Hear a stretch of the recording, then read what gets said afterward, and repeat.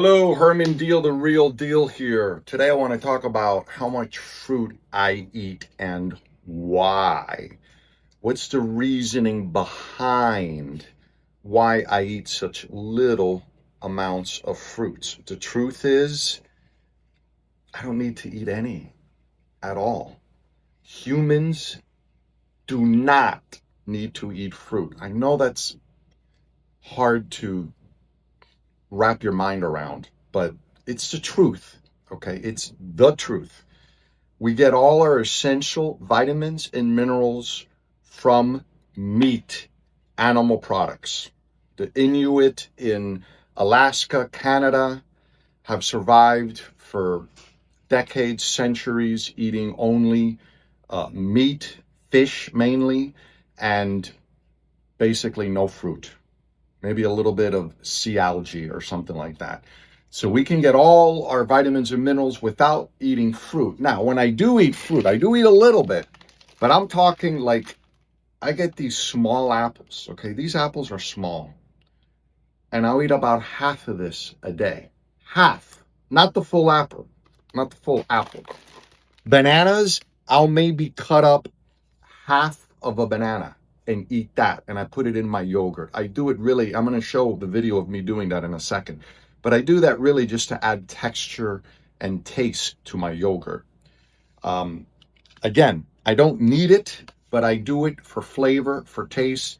And then tangerines, these are too freaking sweet for me. My body is just like, this is too sweet.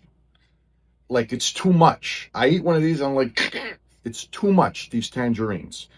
And why is that the case? Well, because fruit over the years, everybody's trying to make them sweeter and sweeter. We've mixed it with other fruits. We've genetically altered, hybridized, crossbreeded, all of these things to make fruit sweeter.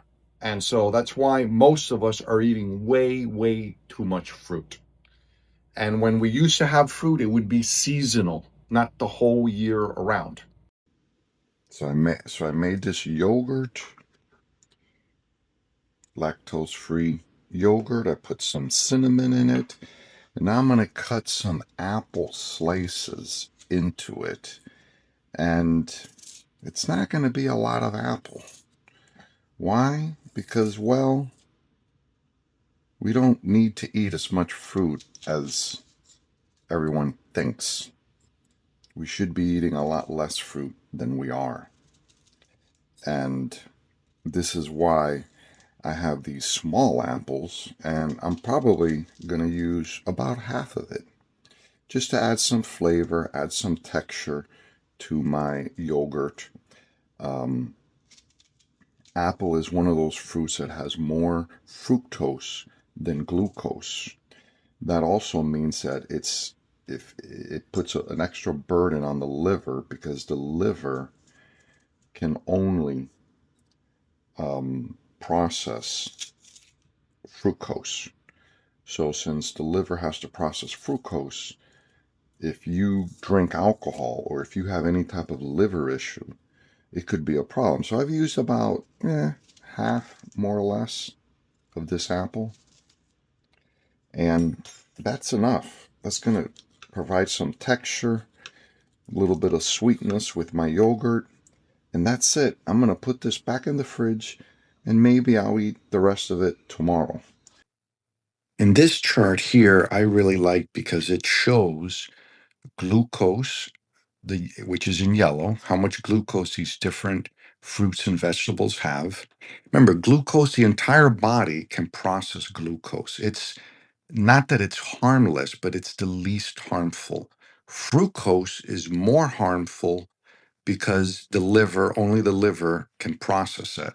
So I would say glucose is better than fructose, but the truth is neither one of them are really great.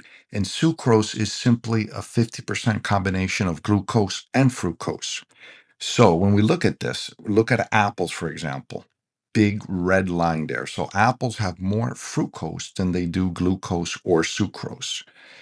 And so do pears. Pears also, if you see there comparatively with the amount of glucose and sucrose, pears have more fructose.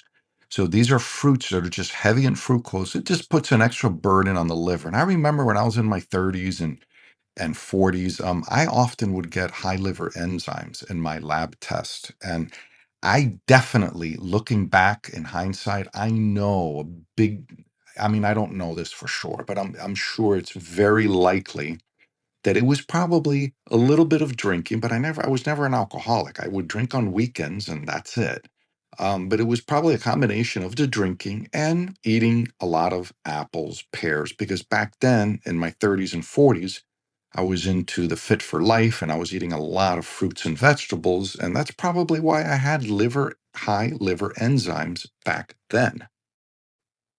This chart here is also quite revealing. It has a graph showing on the left side the percentage of fructose and on the bottom the percentage of fiber.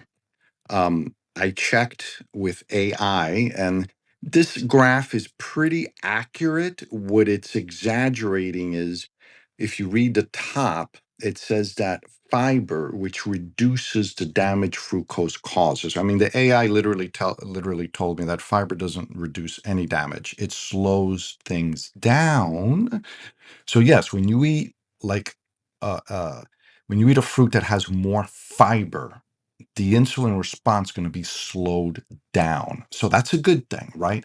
That means that, of course, it's better than drinking the juice of the fruit. The fiber slows it down, but it doesn't mean that it like reduces the damage of anything. It just slows it down. So it's good, but it's still not ideal. I would say probably just better not to eat so much freaking fruit. That's ideal. Um, in any case, I like this chart because you can kind of get a vague idea of, what are some healthier fruits if you choose to eat fruits. And I know everyone does. Everyone thinks fruit's the healthiest thing in the world, and they're not. And if you do eat some of them, just don't eat a lot. Okay, so let's wrap this up with 3 takeaways. Important things to keep in mind.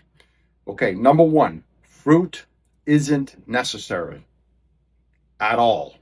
We can get all our vitamins and minerals from eating animal products, and some vegetables also have some essential nutrients. Takeaway number 2, modern fruit is way sweeter than ancestral fruit. And we eat it way more because it's available all year when it used to be only available seasonally, and it was less sweet. And then takeaway number 3 is that excess fructose within fruit can be a burden on the liver. Okay, it's probably tough to say that fruit alone will harm the liver. Probably not. I mean, unless you eat a lot of it and you're drinking tons of juices, fructose corn syrup.